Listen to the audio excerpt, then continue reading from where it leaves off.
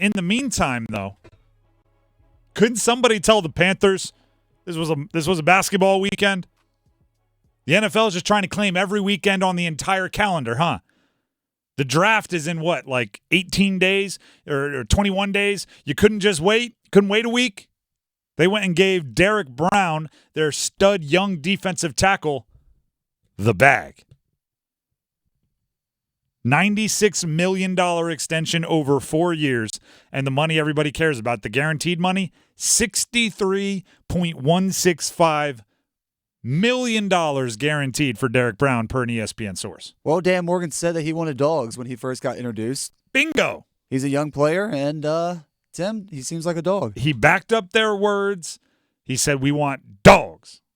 Signed a dog. Derrick Brown is one of the better interior defensive linemen, but he does, like, he's a run stuffer. He is a guy that ends plays with a bit of anger. He is a large fellow. There is something to be said for them not being all talk. So far that, like, maybe one day they'll learn, and when I say they, I mean the Dungeons and Dragons duo, D&D, Dan and Dave, Dan Morgan and Dave Canales, the new GM and head coach. Maybe one day they'll learn that they're not under oath at the podium, but thus far, just about everything they've said, they've done. And what I mean by that is, Dave Canales says, hey, guess what? One of my advantages is I don't have an emotional connection to any of these guys. What happened shortly after that? Dante Jackson, get out of here. Hayden Hurst, get out of here. Von Bell, get out of here. Right? Dan Morgan says, I want some dogs. Brings in a couple of guys that Evero had worked with on defense prior, and now they lock up Derrick Brown. By the way, he's tied for fourth highest paid defensive tackle in the league with Quinnen Williams at $24 million per year. But it might be even more impressive than that. The three guys that are more per year, Chris Jones, Christian Wilkins, and Justin Matabuke, they're all higher paid, but they were all true free agents. They could go test the market if they wanted to, had much more leverage. Derrick Brown, there's still a year left on his deal, plus they could have franchise tagged him, so they didn't have nearly the urgency to get a deal done with him that those others had to get done. They were all true free agents. So it's a big, big cash money deal for Derrick Brown. But do you know what else it shows? It shows that Dave and Dave, or Dave and Dan, the D&D duo, Dungeons and Dragons, are still, they're legitimately evaluating. Right? And they're committed. For at least they're committed to Derrick Brown. I was a little concerned that they were like, you ready for a wild reference? This reference, I don't know why it popped into my head. I have not watched this show in a long time. Have you ever watched How I Met Your Mother? Yes.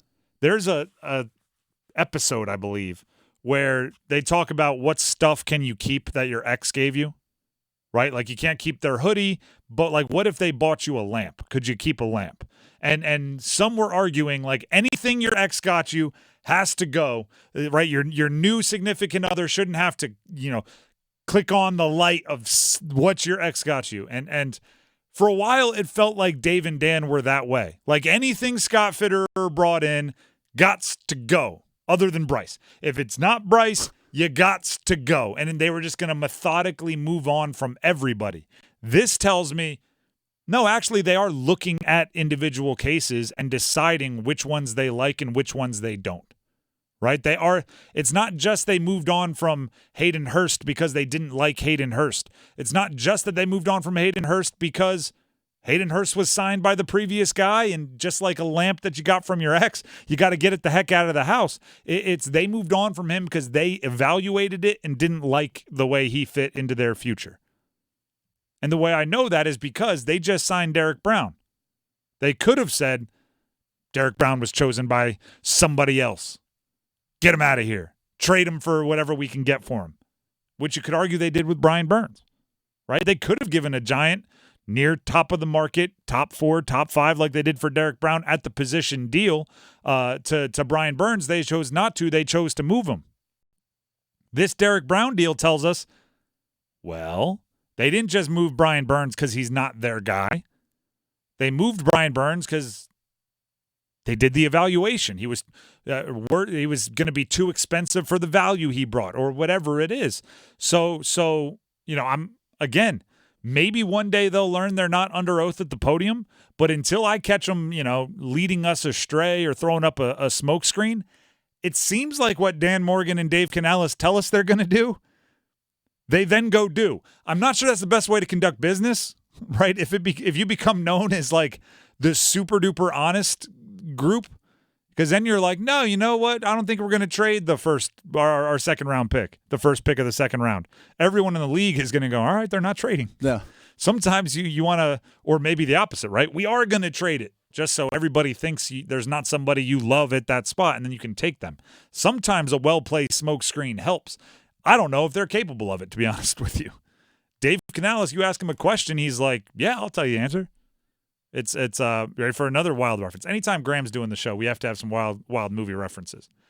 In one of the Austin Powers, Will Ferrell plays a character who can't not answer a question if you ask him 3 times.